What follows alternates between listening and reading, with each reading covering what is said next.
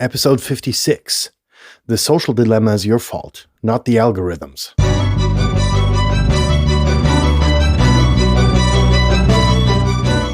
You're listening to the very best podcast in the world on health, wealth, and happiness. Please remember to leave a review and share with all your friends and family. And here is your host, Lars Hilser.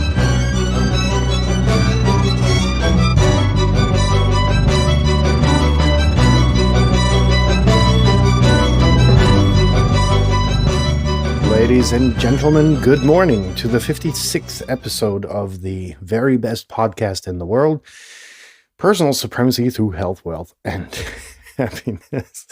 God, some of the tagline sounds icky, but what's there to be done better?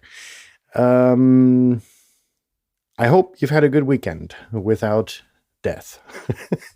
Obviously, as that was, or the preparation for that was our topic on Friday's exercise thingamajigger, where it was kind of like about, how to, not necessarily prepare for death if it happens unexpectedly, and whether you have your affairs in order, etc., etc.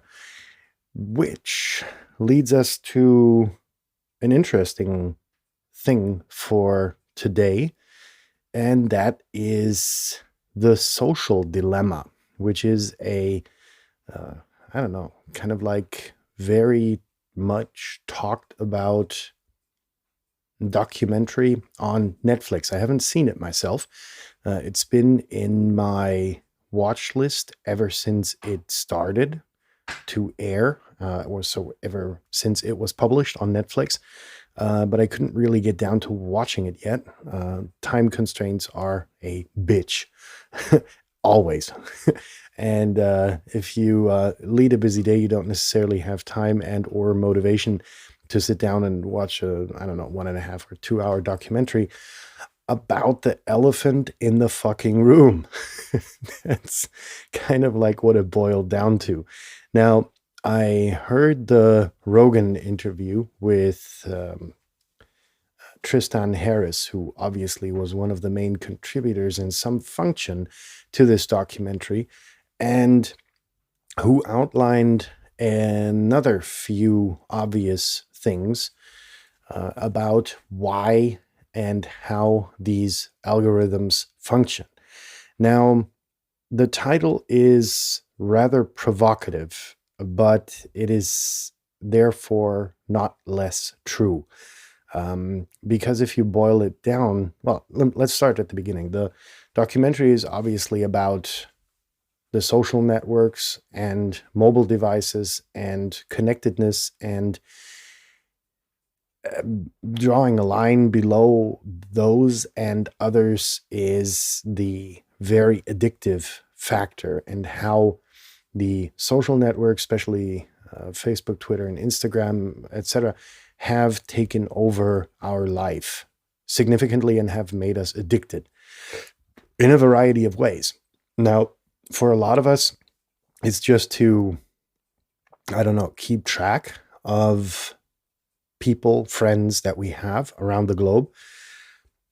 But for a lot of users, it's become also a vanity thing in which they need the clicks and the likes and the hearts and the comments and the whatevers to, feel confirmed in their person or whatever.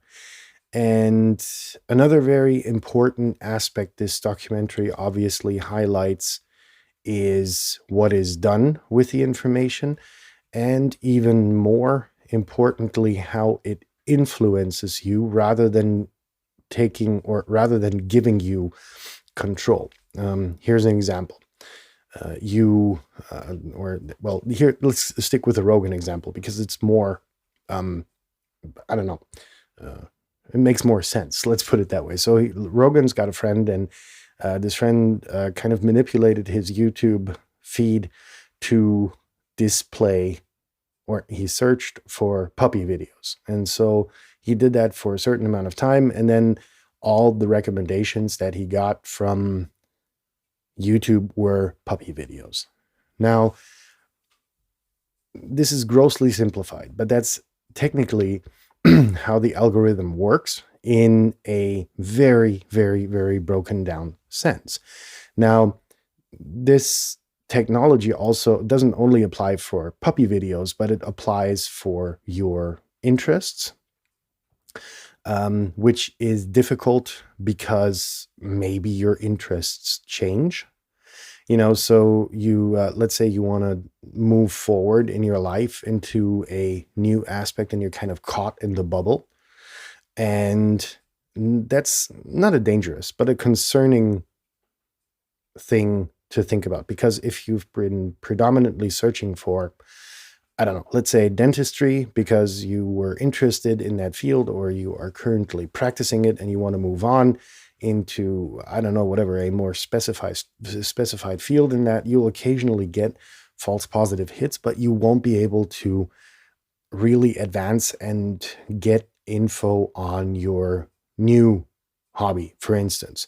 Now, this was very broken down. Imagine this thing in a political sense, right? Particularly in the US, where you only have two parties. You've got the Democrats and the Republicans. And in this already really polarized world, you're going to see people not being able to get an unbiased opinion in the middle, right? Grossly simplified, because they'll only be fed with their, democratic view of the world, if they are that, or the Republican view of the world, which is just that. The algorithm isn't smart enough to kind of feed into that. Now, why am I saying this? It's insanely important that you, as a user of social media, finally understand that, one, your Facebooks and Twitters and whatever alternatives there are not free. These operations are insanely expensive. Plus, they're not NGOs. They're there to make money.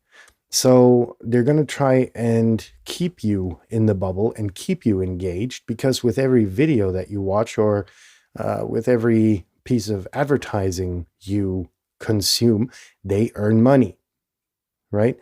So you've probably been noticing in the past decade that, particularly on Facebook, you don't really see the stuff that interests you about your friends anymore. The friends are just kind of like another way of income, in that it allows for Facebook to make connections, to get interests from those of your friends, and to serve them to you, because there's a certain percentage of likelihood that you will actually be interested in the same thing. And the same is true for political affiliations. The same is true, political worldviews. The same is true for so many other things, right? If your friend ticks this way, there's a chance that you'll tick the same. And then the algorithm goes and specifies it even further, gets your interest, watches or looks at what you watch and what you look at, what you spend particularly much time with, etc. This became certain when, many years ago, I started tampering with the algorithm on Facebook personally, in that I manipulated it into different directions, right? And that was possible for the longest time. Come the Rona, all of a sudden, this important piece of information gets pushed towards you no matter what you do. So the algorithm's gotten clever. And that's the problem, right? It's constantly developing because they have an incentive. The social network has an incentive to keep you hooked as long as possible on that thing, right? On their platform, so that they can serve you more advertising, so that you make more money. And again, there's no devious, evil world domination plan behind it. It's grossly simplified that they want to earn money. And this is what you have to keep in mind when consuming those things. And that's what I'm going to try and outline to you in this episode. Now, the title is indeed very provocative in that it says it is your fault. And it is, because you are not aware or a lot of you are not aware how Facebook functions. And if you are aware, you kind of gross negligently take that into account. Now, I for myself hate being fucked with. And that's what this thing does at the end of the day, right? It delivers me crap so that, I stick around on their platform longer. And that's really an interesting thing. Now, how can you get away from this, right? I already mentioned that it's very hard to beat the algorithm currently. You have to be quite persistent. But for your own sake, if you, for instance, given the current political situation in the United States post-election, I want to, you're going to get either the very Biden-focused version of politics, or you're going to get the very Trump latent version of politics. Right? What am I trying to say here? So, now what I'd just like you to do, for fuck's sake, just for fuckery, is to deliberately search Facebook for things which are from the opponent's camp. If you're kind of like the Biden person, go and check for a few things on Trump, and vice versa. What will happen is that the algorithm will then serve you, technically, a more unbiased political view of the United States. And that's something interesting to really gun for, because number one, it's going to awaken you to the technology behind it. It's going to give you an understanding. And most importantly, it's going to make you understand that you're being fucked with. And I don't know about you, but I have my reservations about that kind of thing. I just, don't like the idea. So, that being said, it is your fault in that you are, like I said, not really mindful or aware that this is happening. And you don't have to understand the algorithm. That's very important. You don't have to technically sit down and try and, technically understand what's going on. You have to imagine the algorithm like a monkey sitting on the other side of the screen, feeding you information that keeps you engaged on the platform for the longest time possible. And this is true for pretty much any social media outlet out there. Outlet, I don't know. And, that's something where we really, have to be more aware of what's going on and to kind of change that. Now, the rant for Monday is over. It was very interesting to kind of dig into that.